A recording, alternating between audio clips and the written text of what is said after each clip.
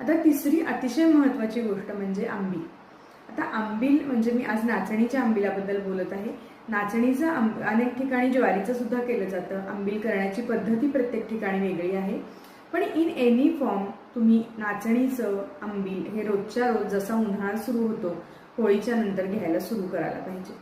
आता नाचणी हे मिलेट असल्यामुळं आणि मागच्या वर्षीचं मिलेट इयर आपले मोदीजींनी जाहीर केलं असल्यामुळं बऱ्याच जणांना मिलेट्स म्हणजे काय हे कळालेलं आहे. मिलेट्स हे ग्लुटन फ्री असतात, फायबर रिच असतात, अँटीऑक्सिडंट रिच असतात आणि त्यातल्या त्यात नाचणी जर आपण म्हणतो की आपल्याकडे जी आयुर्वेदामध्ये मेथड आहे की शरीराला गार करणारा हा पदार्थ आहे का शरीरामध्ये हीट निर्माण करणारा पदार्थ आहे, तर नाचणी हा कूलिंग एजंट आहे, कूलिंग फूड आहे, शरीराला गारवा देणारा आहे.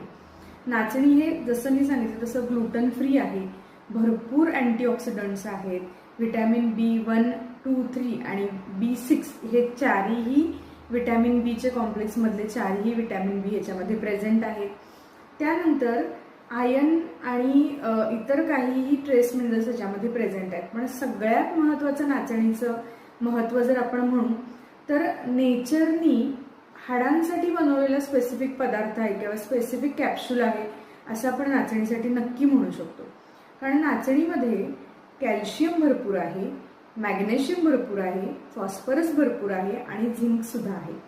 आणि हे हाडांच्या किंवा एकूणच स्केलेटल हेल्थ जे आपण म्हणतो त्याच्यासाठी अतिशय उत्तम कॉम्बिनेशन आहे आणि हे सहज पचणार आहे, सुपाच्य आहे.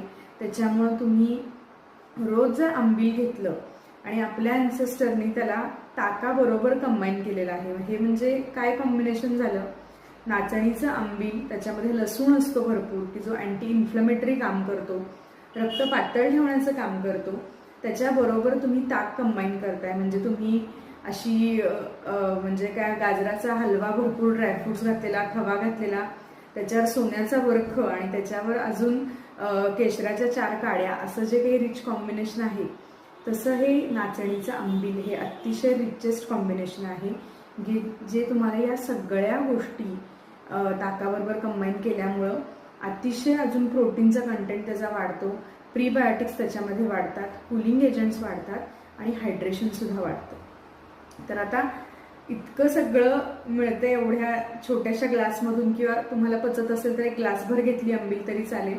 तर एवढं सगळं जर मिळत असेल तर का आपल्या ट्रॅडिशनल फूडकडे आपण वळायचं नाही. आपल्याला सहजासहजी इतक्या सुंदर गोष्टी